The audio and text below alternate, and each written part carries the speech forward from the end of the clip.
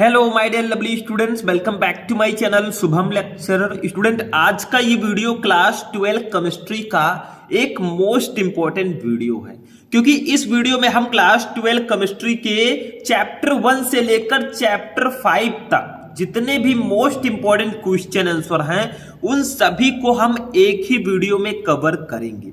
और सबसे इंटरेस्टिंग बात तो ये है कि जो क्वेश्चन मैं आपको इस वीडियो में बताऊंगा वो 3 नंबर में और 4 नंबर वाले लघुत्तरीय प्रश्नों में पूछे जाते हैं। तो 2024 वाले स्टूडेंट इस बार यही क्वेश्चन आएंगे, इनको पढ़कर जाना। आज के इस वीडियो में मैं आपको 12th केमिस्ट्री के वायरल प्रश्नों को बताऊंगा जो हर साल आते हैं भैया, बहुत ज्यादा इंपॉर्टेंट है।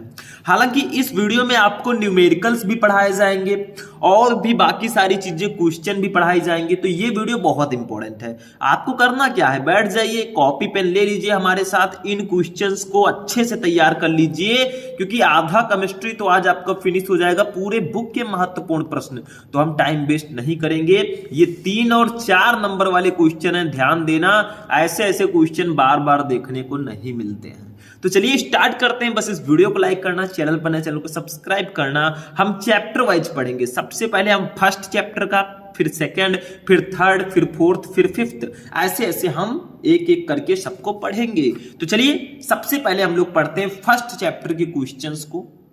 अब देखिए स्टूडेंट, जो हमारा फर्स्ट क्वेश्चन है ये न्यूमेरिकल है, क्योंकि आपको पता है हमारा फर्स्ट चैप्टर विलयन है और विलयन चैप्टर से न्यूमेरिकल्स ज्यादातर आते हैं। और न्यूमेरिकल भी किस पर? मोलरता, मोललता, मोल प्रभाज और आपका क्वथनांक में उन्नयन, क्वथनांक में अवनमन, इसी से रिलेटेड न्यूमेरिकल्स आते हैं। तो इसमें जो मैंने न्यूमेरिकल लिया है वो किससे रिलेटेड है भैया? वो क्वथनांक में उन्नयन से रिलेटेड है। देखो 0.707 ग्राम कार्बनिक यौगिक को 10 ग्राम एसीटोन में घोलने पर क्वथनांक वृद्धि 56.88 डिग्री सेल्सियस पाई गई। मतलब इतनी वृद्धि पाई गई। कार्बनिक यौगिक का अणुभार ज्ञात कीजिए। देखिए आपको कार्बनिक यौगिक का नाम नहीं दिया गया है।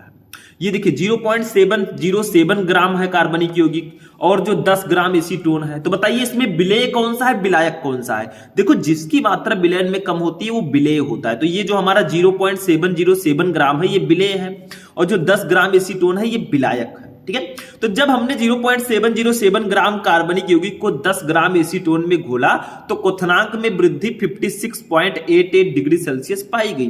कार्बनिक यौगिक का अणुभार ज्ञात कीजिए। और एसीटोन का क्वथनांक आपको दिया गया है 56.38 डिग्री सेल्सियस। मतलब इतना क्वथनांक था, फिर बढ़कर क्या हुआ, 56.88 डिग्री सेल्सियस हो गया।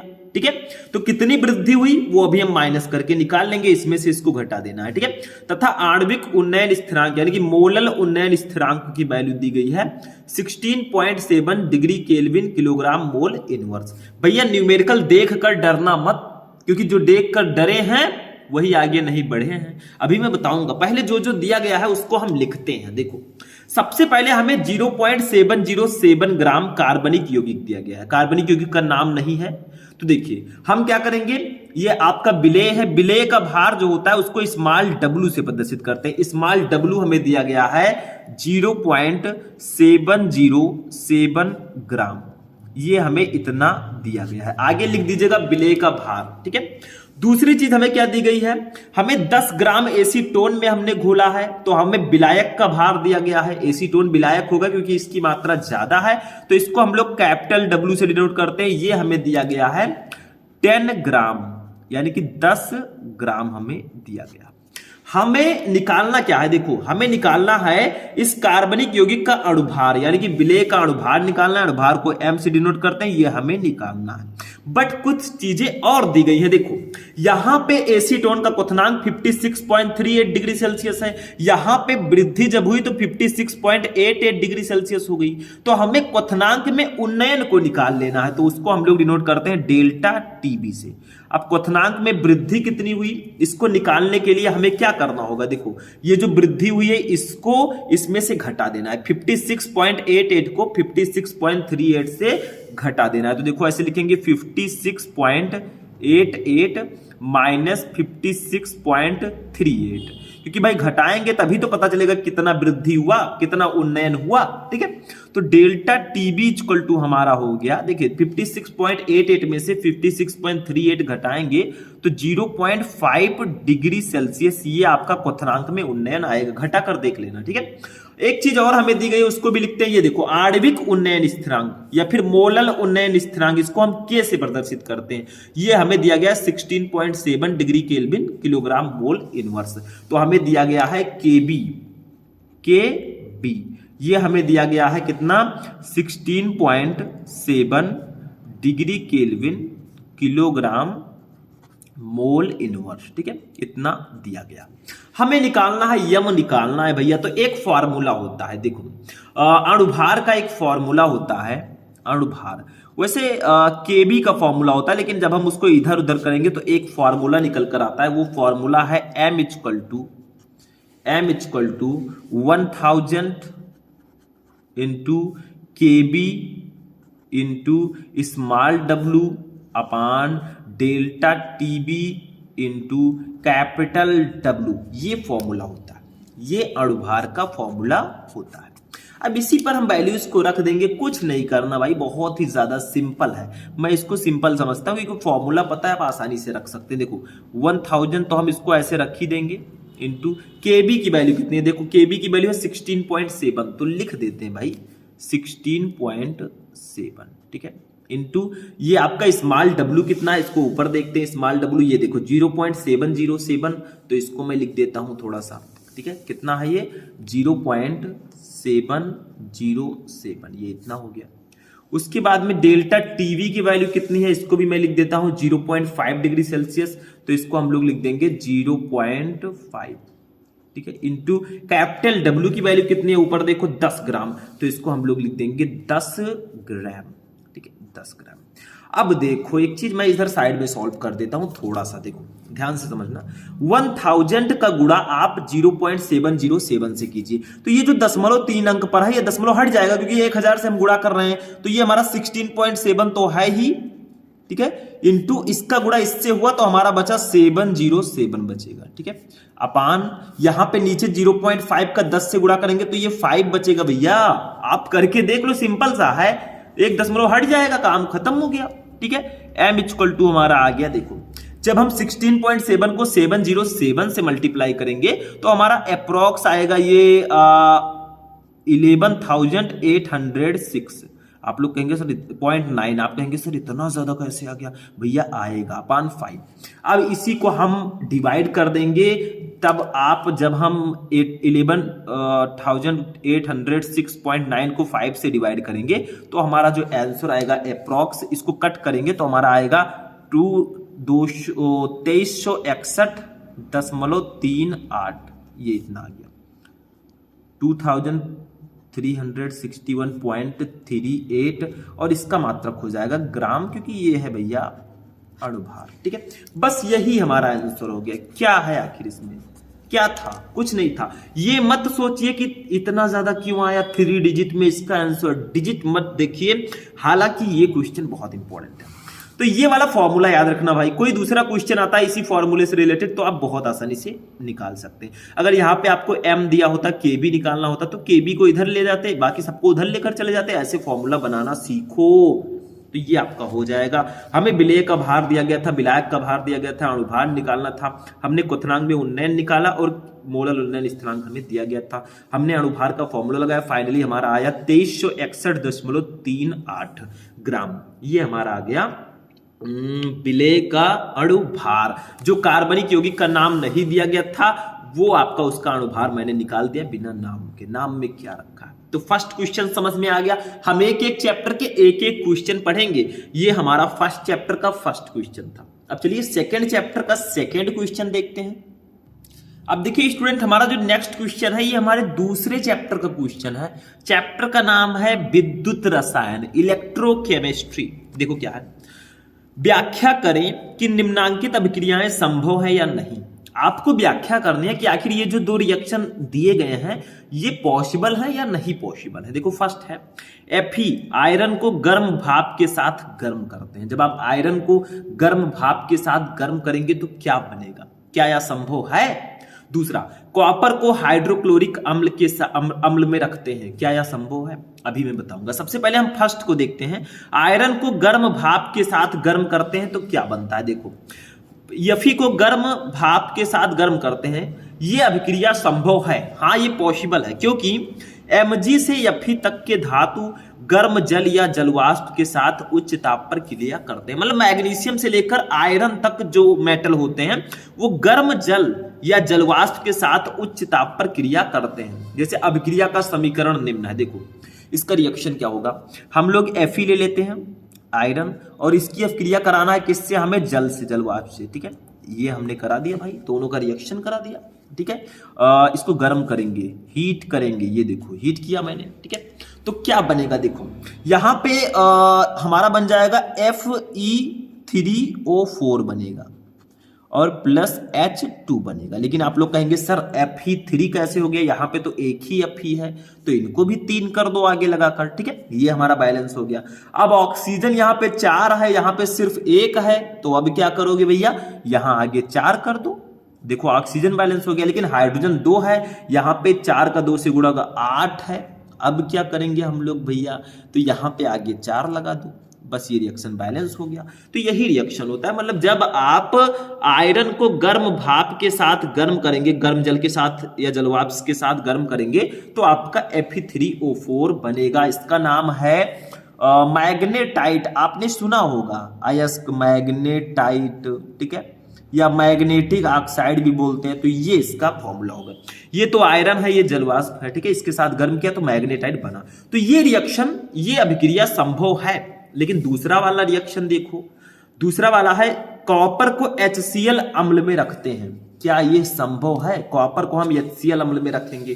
तो देखो दूसरा, कॉपर को HCl अम्ल में रखते हैं तो अभिक्रिया संभव नहीं है, क्योंकि कॉपर हाइड्रोजन से दुर्बल अपचायक होने के कारण अम्लों से हाइड्रोजन का विस्थापन नहीं कर सकता। अगर आप लोग रिएक्शन कराते हैं कॉपर का HCl हाइड्रोक्लोरिक अम्ल से हम रिएक्शन अगर कराएंगे तो यहां पे कोई अभिक्रिया नहीं होगी, लिख दो कोई अभिक्रिया नहीं, कोई अभिक्रिया नहीं होगी, नहीं लिख दो, ठीक है। तो यहां याद रखिएगा कि कॉपर को HCl के साथ जब हम गर्म करेंगे तो यह अभिक्रिया संभव नहीं है, क्योंकि कॉपर हाइड्रोजन से दुर्बल अपचायक होने के कारण अम्लों से हाइड्रोजन का विस्थापन नहीं कर सकता।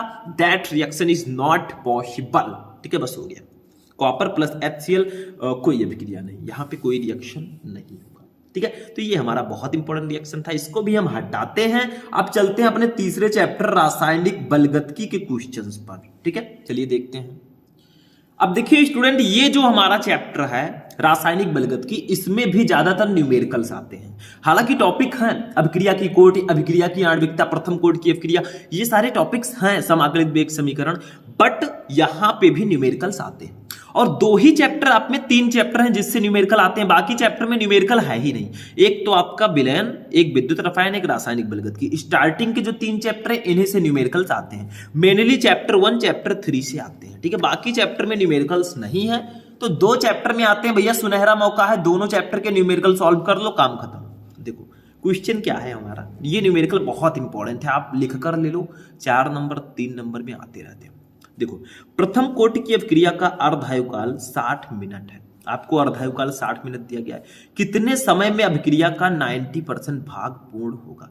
मतलब प्रथम कोटि की एक अभिक्रिया है जिसका अर्धायुकाल 60 मिनट है, कितने समय में अभिक्रिया 90% पूरा होगा, ठीक है।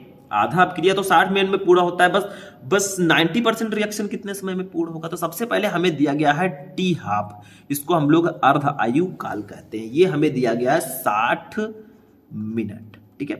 अब यहां से पहले हम वेग स्थिरांक निकाल लेंगे भैया। वेग स्थिरांक के का फॉर्मूला होता है 0.6932 अपान टी हाफ, ये होता है वेग स्थिरांक का फॉर्मूला। इसको याद रखिए भाई, छोटी छोटी आशा हो छोटे छोटे सपने, ठीक है, मतलब ये काफी ज्यादा इंपॉर्टेंट है। अब हम क्या करेंगे, वैल्यू रख दो भाई, हम और क्या कर सकते हैं, हमारे हाथ में कुछ है नहीं। तो 0.6932 अपान टी हाफ की वैल्यू है 60 मिनट। ऊपर देखो 60 मिनट दिया गया है, मैं अपनी तरफ से नहीं लिख रहा हूं, ठीक है। तो यहाँ पे हमारा k इक्वल टू आ जाएगा, जब आप इसको डिवाइड करोगे, कट करोगे, तो आपका अप्रॉक्स आएगा 0.01155, इतना आएगा भाई। इसको आपको सॉल्व करना होगा, तो 0.01155, ठीक है, मिनट इनवर्स में आएगा, क्योंकि आपका जो अर्धायुकाल है वो मिनट में दिया गया है। वैसे सेकेंड इनवर्स इसका मात्रक होता है, बट अर्धायुकाल मिनट में है तो मिनट इनवर्स में आएगा। बट अभी ये न्यूमेरिकल नहीं सॉल्व हुआ है, अभी तो ट्रेलर है, पिक्चर अभी बाकी है। अब हम लोग समय निकालेंगे कि आखिर कितने समय में अभिक्रिया का 90% भाग पूरा होगा, ठीक है। के हमने इसलिए निकाला क्योंकि के का काम लगेगा। तो देखिए, प्रथम कोटि की अभिक्रिया के लिए एक फॉर्मूला होता है, प्रथम कोटि की अभिक्रिया के लिए, ठीक है, प्रथम कोटि की अभिक्रिया के लिए एक फॉर्मूला होता है। वो फॉर्मूला क्या है, देखो, के इक्वल टू हमारा होता है 2.303 अपान टी लॉग ए माइनस एक्स। ये फॉर्मूला होता है भैया वेग स्थिरांक का, ठीक है, ये फॉर्मूला होता है। अब देखिए, यहां पे हमें टी निकालना है, 90 मिनट के लिए हम लोग 90% के लिए निकाल रहे हैं। तो हमें एक काम करना होगा, देखो यहां पे आप लोग ए क्या है, ए है अभिकारक की प्रारंभिक सांद्रता, और ए माइनस एक्स जो आपका है ये है टी समय पश्चात अभिकारक की सांद्रता। तो हम ऐसे लिखेंगे, देखो ध्यान से समझना, नेक्स्ट पेज में यूज कर रहा हूं, अभिकारक की प्रारंभिक सांद्रता, अभिकारक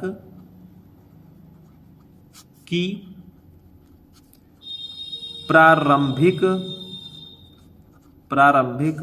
सांद्रता, ठीक है, सांद्रता।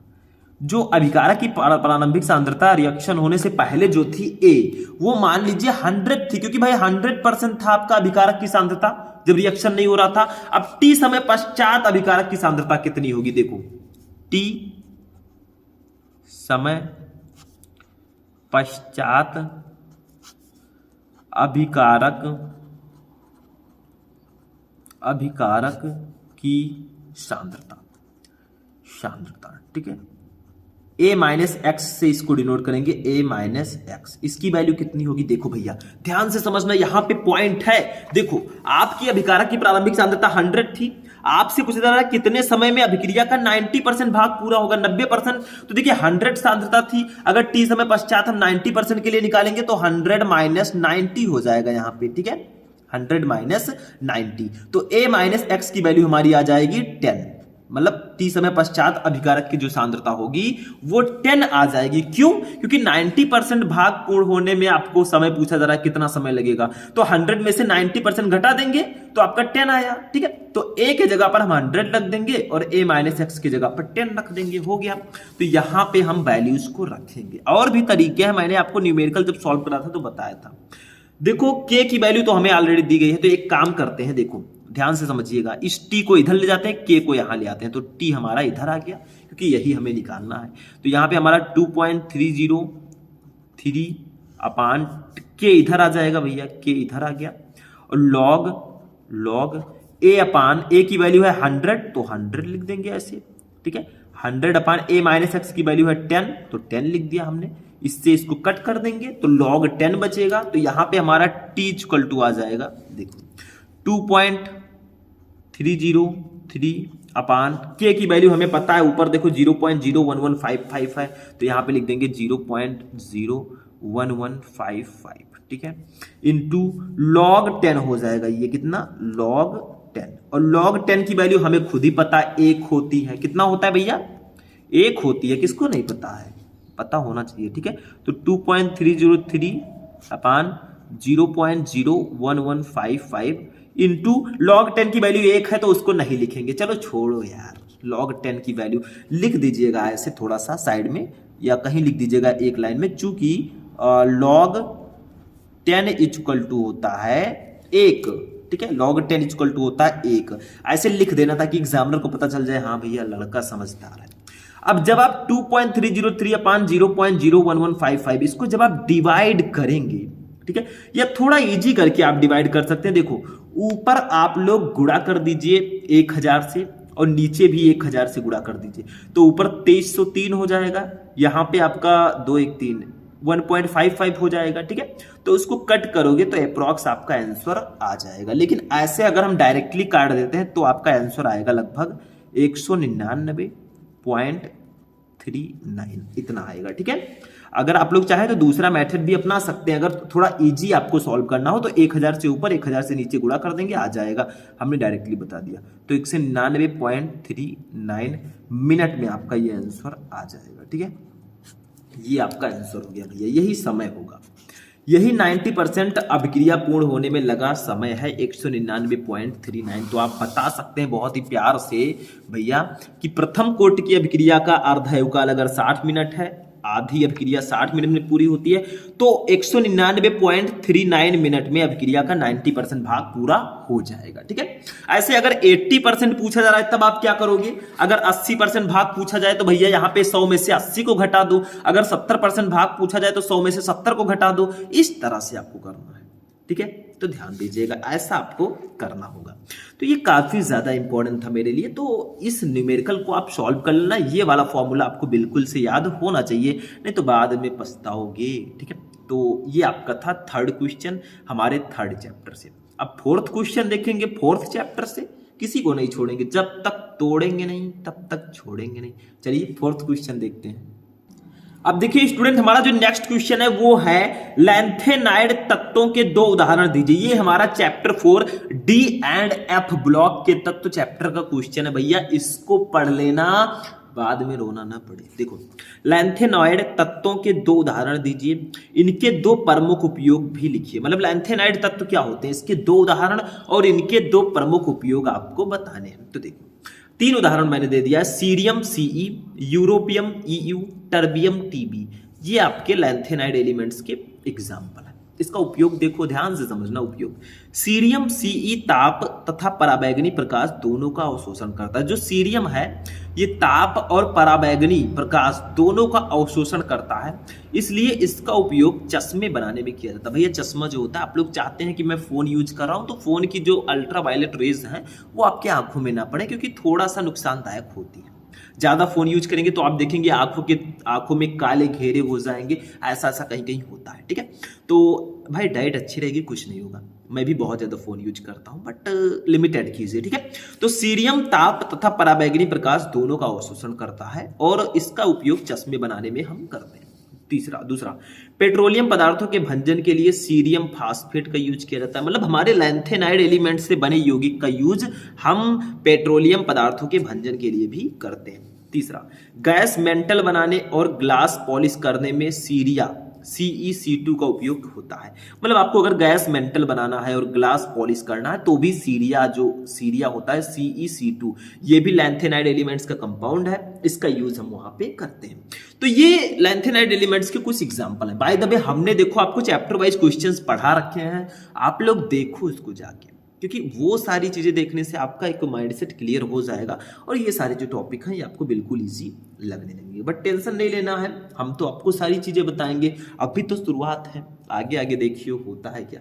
चलिए नेक्स्ट टॉपिक देखते हैं, चैप्टर 5 उपसह संयोजन यौगिक का जो टॉपिक है उसको भी पढ़ लेते हैं। अब देखिए नेक्स्ट क्वेश्चन जो हमारा है ये उपसह संयोजन यौगिक चैप्टर का क्वेश्चन है, काफी ज्यादा इंपॉर्टेंट है।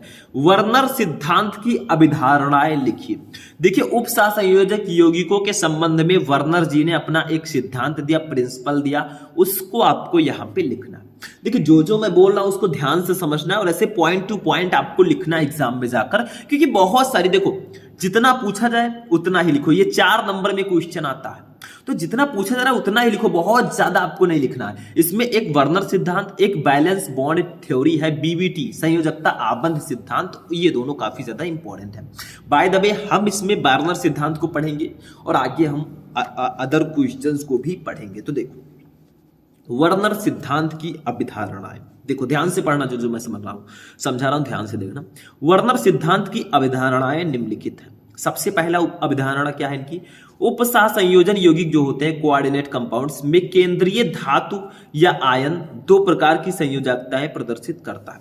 मतलब इसमें जो है जो केंद्रीय धातु आयन है वो दो प्रकार की संयोजकताएं प्रदर्शित करता है। जैसे केंद्रीय धातु आयन का मतलब क्या हुआ, जैसे Cu FeCN का होल 6 ऐसे कुछ है, तो इसमें जो Fe है वो केंद्रीय धातु आयन है, ठीक है, ऐसे इसमें होता है। तो वो दो प्रकार की संयोजकता प्रदर्शित करती है, पहला है प्राथमिक संयोजकता, दूसरा है द्वितीयक संयोजकता। ये पॉइंट आपको याद रखना है, मतलब ऐसे जाकर लिख देना कि उपसह संयोजन यौगिक में जो केंद्रीय धातु या परमाणु होता है या आयन होता है वो दो प्रकार की संयोजकताएं प्रदर्शित करते हैं। सबसे पहला प्राथमिक संयोजकता, दूसरा द्वितीयक संयोजकता। ये इनका पहला पॉइंट है वर्नर सिद्धांत का, वर्नर जी का फर्स्ट पॉइंट।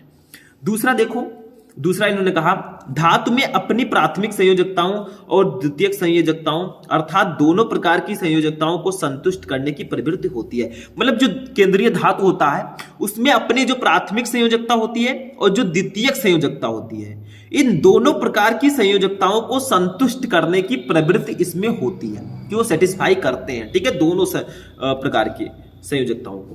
प्राथमिक संयोजकताएं ऋणावेशित परमाणुओं या समूहों द्वारा संतुष्ट होती हैं, यानी कि इसमें जो प्राथमिक संयोजकता होगी केंद्रीय धातु या आयन की वो ऋणावेशित परमाणुओं या समूहों द्वारा संतुष्ट होंगी, और जो द्वितीयक संयोजकता होगी वो विद्युत उदासीन अणुओं या विद्युत आवेशित परमाणुओं या समूहों द्वारा संतुष्ट होती है। मतलब सिंपल सा है इनका सिद्धांत कि जो हमारे उसमें उपसह संयोजन यौगिक में जो केंद्रीय धातु या आयन होता है वो दो प्रकार की संयोजकता प्रदर्शित करेगा, प्राथमिक संयोजकता, द्वितीयक संयोजकता। ये पहला पॉइंट हो गया। दूसरा है कि धातु में अपनी प्राथमिक संयोजकताओं द्वितीयक संयोजकताओं को दोनों प्रकार की संयोजकताओं को संतुष्ट करने की प्रवृत्ति होती है। प्राथमिक संयोजकता जो होगी वो ऋणावेशित परमाणुओं या समूहों द्वारा संतुष्ट होगी। जो द्वितीयक संयोजकता होगी वो विद्युत उदासीन अणुओं या विद्युत आवेशित परमाणुओं या समूहों द्वारा संतुष्ट होती है। तीसरा, प्राथमिक संयोजकताएं आयनीय और द्वितीयक संयोजकताएं अनायनीय होती है। मतलब जो प्राथमिक संयोजकता होगी वो आयनीय होगी, मतलब आयन के रूप में ऐसा कुछ होगा, ठीक है, आयनीय, इसका मतलब होता है कुछ आयन टाइप से होंगी। और जो द्वितीयक संयोजकता होगी वो अनायनीय होंगी, मतलब वो ज्यादा आयन टाइप की नहीं रहेंगी, ठीक है। अभी सिद्धांत फिनिश नहीं हुआ है, बस यही सब पॉइंट याद रखना, कुछ है नहीं इसमें। देखो चौथा, धातु द्वारा प्रदर्शित द्वितीयक संयोजकताओं की संख्या साधारणतः एक निश्चित संख्या होती है। किसी धातु द्वारा प्रदर्शित द्वितीयक संयोजकताओं की संख्या उसकी उपसह संयोजन संख्या या समन्वय संख्या कहलाती है। ये पॉइंट याद रखिएगा, मतलब किसी धातु द्वारा प्रदर्शित द्वितीयक संयोजकताओं की जो संख्या है वही उसकी उपसह संयोजन संख्या या समन्वय संख्या कहलाएगी। ऐसे अगर आपसे पूछ लिया जाए समन्वय संख्या क्या है या उपसह संयोजन संख्या क्या है तो कह दो किसी धातु द्वारा प्रदर्शित द्वितीयक संयोजकताओं की संख्या उसी धातु की उपसह संयोजन संख्या या समन्वय संख्या कहलाती है। ये इसका पॉइंट है। आगे देखिए, केंद्रीय धातु से सीधे परिबद्ध परमाणुओं या समूहों की संख्या उसकी द्वितीयक संयोजकताओं की संख्या अर्थात उपसह संयोजन संख्या होती है। धातुओं की उपसह संयोजन जो संख्याएं होती है वो प्रायः 2, 4 या 6 होती है, मतलब पूर्ण संख्या होती है। 8, 10 या 12 की उपसह संयोजन संख्याएं दुर्लभ होती है, मतलब वो 2, 4 या 6 होंगी उपसह संयोजन संख्या, 8, 10 या 12 नहीं होती है, ठीक है। ये इनका सिद्धांत है। पांचवा सिद्धांत लास्ट होगा, धातु की द्वितीयक संयोजकताएं धातु की चारों ओर त्रिविम आकाश में एक निश्चित ज्यामितीय ढंग से व्यवस्थित होती है। मतलब जो धातु होता है, जो मेटल होता है, उसकी जो द्वितीयक संयोजकताएं होती है वो धातु की चारों ओर त्रिविम आकाश में एक निश्चित ज्यामितीय ढंग से व्यवस्थित होती है। मतलब आपको वर्नर सिद्धांत में इतना पॉइंट अगर आप याद रखते हैं, लिख देंगे भैया, 1 नंबर छोड़ो, आधा नंबर भी नहीं कटेगा। मतलब आपको थोड़ा आइडियाज से लिखना है कि आखिर वर्नर सिद्धांत है क्या। पॉइंट टू पॉइंट लिखोगे बेनिफिट रहेगा। मतलब वर्नर सिद्धांत की अवधारणाएं हेडिंग डालनी है और इनसे रिलेटेड जो भी चीजें हैं मैंने जो बताया बहुत ही इजी वे में बताया। आप लोग पढ़ेंगे बहुत जगह लेकिन उतना अच्छे से आप उसको नहीं कैप्चर कर पाएंगे। यहाँ पे मैंने बहुत इजी वे बताया है आपको वर्नर सिद्धांत की अवधारणाएं समझने के लिए, ठीक है। तो इस तरह से जाकर लिख देना, ये काफी ज्यादा इंपॉर्टेंट है। वर्नर सिद्धांत को आपको पढ़ के जाना है क्योंकि इस चैप्टर में बहुत सारे स्टूडेंट कहते हैं सर उपसह संयोजन संख्या जो चैप्टर है इसमें थोड़ा सा यौगिक जो चैप्टर है थोड़ा सा मुझे समझ में कम आता है। तो समझिए, क्योंकि देखिए 2-3 टॉपिक इंपॉर्टेंट है, उसको पढ़ लेना। वर्नर सिद्धांत, बैलेंस बॉन्ड थ्योरी यानी कि संयोजकता आबंध सिद्धांत, इसको पढ़ लेना। ऐसे ऐसे टॉपिक्स आप पढ़ के जाएंगे। बाय द वे ये बहुत ज्यादा इंपॉर्टेंट है, ठीक है। चलिए आगे बढ़ते हैं। तो स्टूडेंट आज का जो ये क्लास है वो हमारा यहीं पर फिनिश होगा। मैंने आपको बताया था हम चैप्टर 1 से चैप्टर 5 तक के क्वेश्चन को पढ़ेंगे। अब आप कहेंगे सर जी आपने सिर्फ एक एक क्वेश्चन बताया, क्या इससे काम हो जाएगा? भैया ये पहला वीडियो हमारा नहीं है, हमने आपको केमिस्ट्री के और भी बहुत सारे क्लासेस दे चुका हूं, मैं सारे क्वेश्चन मैं बता चुका हूं। नहीं पढ़ रहे हो सर्च करके पढ़ो, देखो, समझो, क्योंकि क्या कर रहे हो अब नहीं समझोगे तो कब समझोगे? एग्जाम करीब है तो देर मत करो, एग्जाम के अकॉर्डिंग आपको तैयारी करनी है। ऐसा मैं कई वीडियो आपको प्रोवाइड करा चुका हूं, चैप्टर 1 से 5 तक, चैप्टर 1 से 4 तक, तो उसको जाकर देखो। बार बार एक क्वेश्चन पढ़ाने से मुझे कोई बेनिफिट नहीं मिलेगा, ना तो आपको मिलेगा। तो आज हमने क्लास 12 केमिस्ट्री के कुछ वायरल प्रश्नों को पढ़ा, चैप्टर 1 से 5 तक एक एक क्वेश्चन। ऐसे ही मैं आपको चैप्टर 6 से 10 तक लेकर आऊंगा, टेंशन मत लेना नेक्स्ट क्लास में। तो आज का वीडियो यहीं पर फिनिश होगा। इस वीडियो को लाइक कर देना, चैनल पर नए चैनल को सब्सक्राइब कर लेना। मिलेंगे हम नेक्स्ट वीडियो में नेक्स्ट टॉपिक के साथ। तब तक के लिए आप लोग तैयारी करते रहें, और जिस टॉपिक पर आपको क्लास चाहिए आप कमेंट बॉक्स में हमसे कमेंट करके बता सकते हैं। तो चलिए मिलते हैं नेक्स्ट वीडियो में, तब तक के लिए जय हिंद।